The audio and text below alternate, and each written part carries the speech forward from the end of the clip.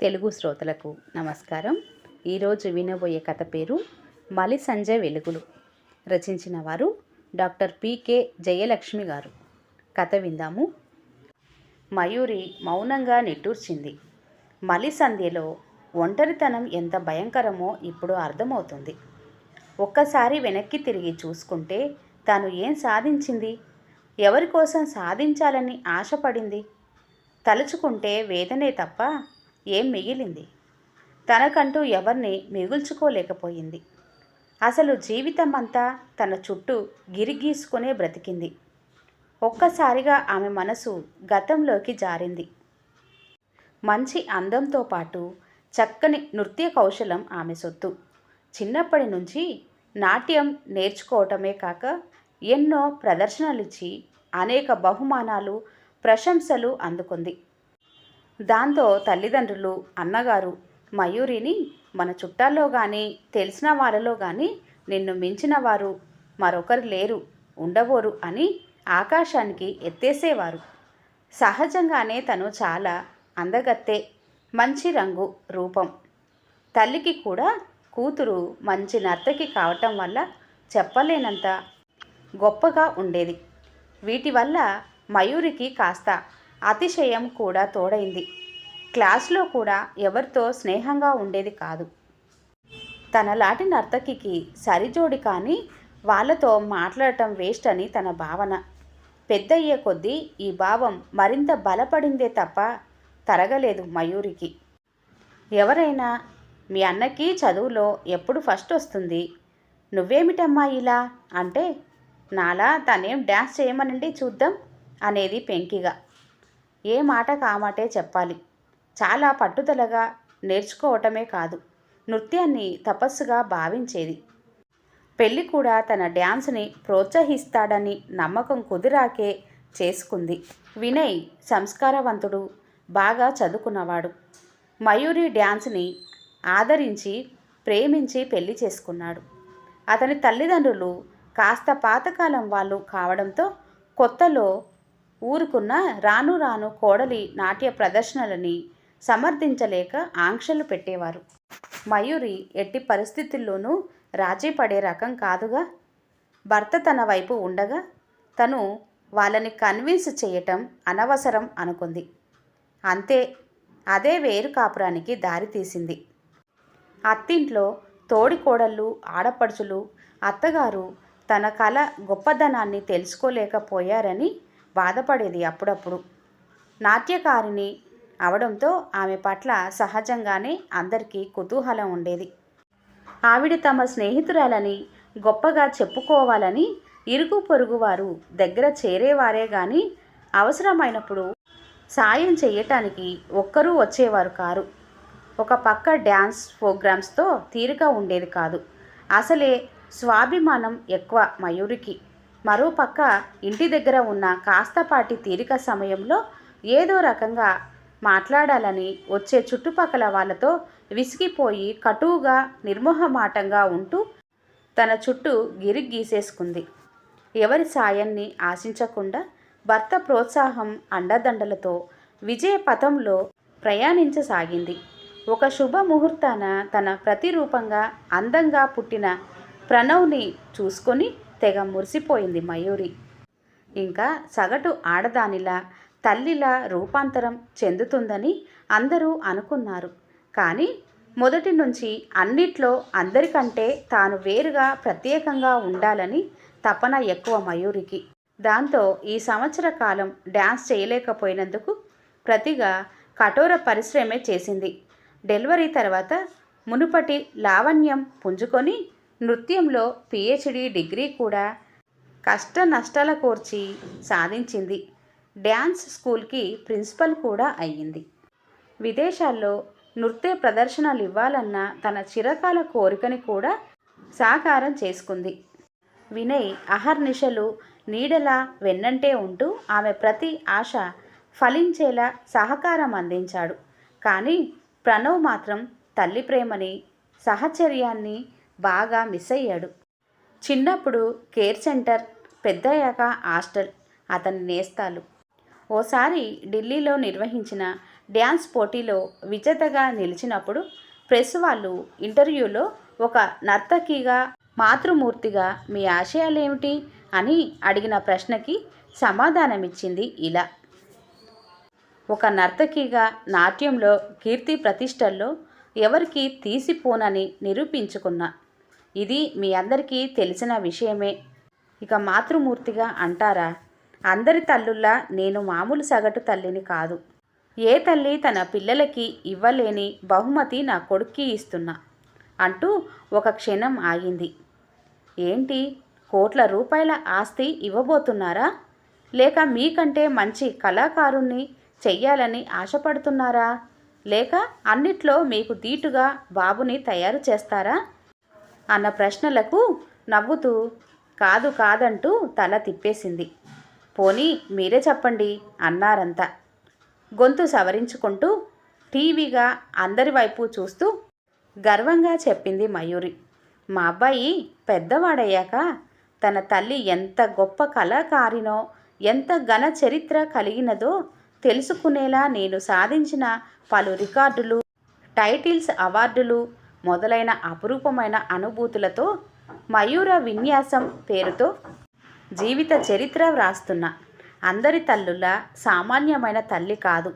మా అమ్మ చాలా అసాధారణమైన కళాకారిణి అని వాడు గర్వపడేలా ఇప్పటి నుంచి అన్నీ సమకూర్చుకుంటున్నాను. ఇదే వాడికి నేనిచ్చే అద్భుతమైన బహుమతి. ఊహించని ఈ జవాబుకి వాళ్ళు నివ్వెరపోయారు. కాలచక్రం గిర్రున తిరిగిపోయింది. ఇంజనీరింగ్ పూర్తయిన వెంటనే మయూరి కొడుకు చిన్ననాటి స్నేహితురాలు సహాధ్యాయి అయిన మైథిలిని ప్రేమ వివాహం చేసుకున్నాడు. తను మంచి సంస్కారవంతురాలు, సహనశీలి. పెళ్ళైన కొన్ని రోజులకే ప్రణవ్కి కెనడాలో పెద్ద ఉద్యోగం రావటంతో భార్య సమేతంగా వెళ్ళిపోయాడు. 3 ఏళ్లకే వినయ్ హార్ట్అటాక్తో మరణించాడన్న విషయం తెలిసి హూటాహూటిన ప్రణవ్ భార్యతో ఇండియా వచ్చాడు. వృద్ధాప్యం, ఒంటరితనం మయూరికి ఇప్పుడు వదలలేని కవచాలు. భర్త ఎడబాటు బాధిస్తున్నా పైకి గంభీరంగా కనిపించే ప్రయత్నం చేస్తుంది. మళ్ళీ వారం రోజుల్లో కొడుకు కెనడా ప్రయాణం. ఒకరోజు సాయంత్రం ప్రణవ్ ఎవరినో ఇంటికి తీసుకువచ్చి కొలతలు, లెక్కలు వేయించటం చూసి ఆసక్తిగా అడిగింది. అమ్మా, కెనడా వెళ్ళేలోపే ఇంటి విషయం సెటిల్ చేసేద్దాం అనుకుంటున్నా. సాయంత్రం బయటికి వెళ్ళాలి, రెడీగా ఉండు అన్నాడు ముక్తసరిగా. తన కెనడా ప్రయాణానికి ఇంటిని సెటిల్ చేయాల్సిన పనేంటో మనసులో గొనుక్కుంది మయూరి. సాయంత్రం కొడుకు తీసుకువెళ్ళిన ఆ ప్రదేశం చూసి కంగారు పడింది. అది చిన్నపిల్లల దగ్గర నుంచి వృద్ధుల వరకు బీద, గొప్ప, ఆడ, మగ తారతమ్యం లేకుండా అనాథలను అక్కున చేర్చుకునే సేవా నిలయం. సెక్రటరీతో ఏదో మాట్లాడిన ప్రణవ్ వెనక్కి కారు దగ్గరికి వచ్చి, అమ్మా ఒకసారిరా అంటూ మయూరి జవాబుకు ఎదురు చూడకుండా వేగంగా ముందుకు నడిచాడు. సెక్రటరీ హోంలో అన్ని రూములు చూపిస్తూ వాటిలో ఉంటున్న వారిని పరిచయం చేస్తూ ఏవో చెప్పుకుపోతున్నాడు. తల్లిదండ్రులు ఎవరో తెలియని పిల్లలు, చీకటి తప్పులకు జన్మించి అనాథలైన పిల్లలు, వికలాంగులు, జబ్బువాతపడి నిరాదరణకు లోనైన పిల్లలు, సంతానం ఉండి కూడా వారి ప్రేమాన్యతలకు నోచుకొని తల్లిదండ్రులు, సంపాదన లేని పోషణ కరువైన తల్లిదండ్రులు, నా అన్న వాళ్ళు లేని వృద్ధులు, మమతాను రాగాలకి తప్పించే పెద్దవాళ్ళు, రోగిష్టి వాళ్ళు, ఇలా ఎంతమందికో ఆశ్రయమిస్తున్న ఆ సేవా నిలయాన్ని చూస్తే ఎవరికైనా కళ్ళు చెమర్చక మానవు. కాసేపట్లోనే మయూరికి అర్థమైంది కొడుకు ఎందుకు తీసుకువచ్చి ఉంటాడో ఇక్కడికి. మీలాంటి గొప్పవాళ్ళు ఇచ్చే డొనేషన్తోనే ఇలా హోమ్ని నడుపుతున్నాం సార్. ఇక్కడ ప్రత్యేక వసతి సౌలభ్యం కూడా ఉంటుంది. ఎవరైనా నెల నెల డబ్బులు పంపిస్తే వారి బంధువులకి ప్రత్యేకమైన సేవలు ఇవ్వబడతాయి. అలాంటి వాళ్ళు ఉంటారు. అటు చూడండి, విదేశాల్లో ఉన్న పిల్లలు తమ తల్లిదండ్రులని ఇక్కడ వదిలి వెళతారు. ప్రతి నెల పెద్ద మొత్తంలో డబ్బులు పంపుతారు. పిల్లల దగ్గర లేమన్న బాధ తెలియకుండా మేం జాగ్రత్తగా చూసుకుంటాము అని హోమ్ సెక్రటరీ ప్రణవ్కి చెబుతున్నాడు. అమ్మా, ఒకసారి ఇలారా అని కొడుకు పిలుస్తున్న మయూరికి ఏమీ వినిపించటం లేదు. గబగబా కారు దగ్గరికి వచ్చేసింది. వెనక్కి తిరిగి చూస్తుంటే కొడుకు సెక్రటరీ చేతిలో పెద్ద నోట్ల కట్ట ఉంచుతూ ఏదో చెప్పటం కనిపించి నిలువెల్లా వణికిపోయింది. అంటే తనని ఇక్కడ పడేసి వాడు తన దారిన తాను కెనడా వెళ్ళిపోతాడా? ఆమె చెవుల్లో హోరు మొదలైంది. ఇంటికి ఎలా వచ్చిందో తెలియదు. ఎవరితో మాట్లాడాలనిపించటం లేదు. ఎవరి కోసం తాను ప్రాకులాడిందో వాడికే తను అక్కర్లేదు ఇప్పుడు. తన తల్లి గొప్పతనాన్ని నలుగురికి చెప్పుకొని వాడు ఎంతో గర్వపడతాడని, తనని ఎంతో మెచ్చుకుంటాడని ఎన్ని కలలు కందో. ఇంటిని కూడా అమ్మకం పెట్టేశాడు ఒక పక్క. వినయ్ ఉంటే ఇలా జరిగేదా అసలు? భర్త తనని ఎంత అపురూపంగా చూసుకున్నాడు. ఆ హోంలో ఒంటరిగా బ్రతుకు వెళ్ళదీయాల్సిందేనా? అన్నగారు, ఆడపడుచులు, బావగారులు తమ పిల్లల దగ్గర హాయిగా కాలం వెళ్ళబుచ్చుతుంటే తను మాత్రం నేను వెళ్ళనురా హోంకి అంటే వాడేమంటాడు? నీతో కెనడా వస్తాన్రా కన్నా అంటే రాణిస్తాడా? చిన్నప్పుడు వాడి ఆలనా పాలన తాను ఏం సరిగ్గా చూసిందని? ఎప్పుడూ తన నాట్య ప్రదర్శనలు, సన్మానాలు అందరికంటే పైన ఉండాలనే తాపత్రయాలు. వీటితో కన్నబిడ్డని ఎంత నిర్లక్ష్యం చేసింది. తలుచుకుంటే ఆమె గుండెల్లోంచి దుఃఖం లావల తన్నుకు వచ్చింది. చిన్నతనంలో వాణ్ణి కేర్ సెంటర్ పాలు చేశా. తల్లిగా నేను వాడికేమి న్యాయం చెయ్యలేదు. పెద్దయ్యాక హాస్టల్ వాణ్ణి హక్కున చేర్చుకుంది. నేను తల్లిగా ఓడిపోయాను. నాకిదే సరైన శిక్ష. ఇలాగే అవ్వాలి. నన్ను క్షమించరా బాబూ. అహంకారంతో నీ బాల్యాన్ని నేను ఎంజాయ్ చేయనివ్వలేదు. నిన్ను నాలాగే బంధనాల్లో బంధించేశాను. నా పాపానికి నిష్కృతి లేదు. కళ్ళ వెంట ధారపాతంగా నీళ్లు కారిపోతుంటే మూగగా రోదించసాగింది. అమ్మా, అమ్మా, ఎక్కడున్నావు?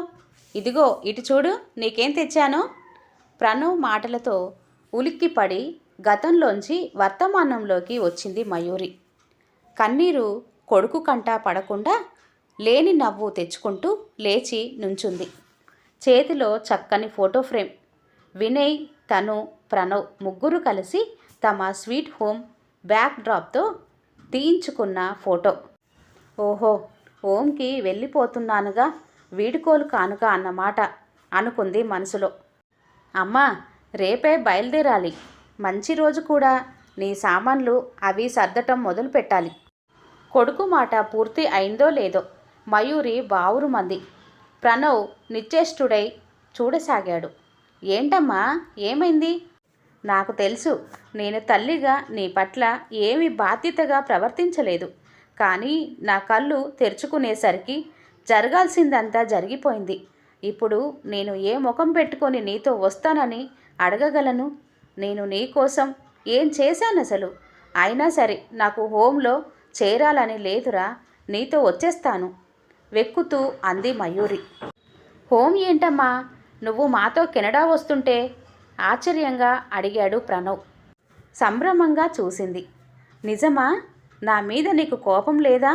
నిజంగా నన్ను నీతో తీసుకువెళ్తావా కెనడా? మరి ఇంటి విషయం సెటిల్ చేయాలన్నావు, దేనికి? ఆ హోంకి ఎందుకెళ్ళావు? వాళ్ళకి డబ్బు కూడా ఇచ్చావు, నేను చూశాలే.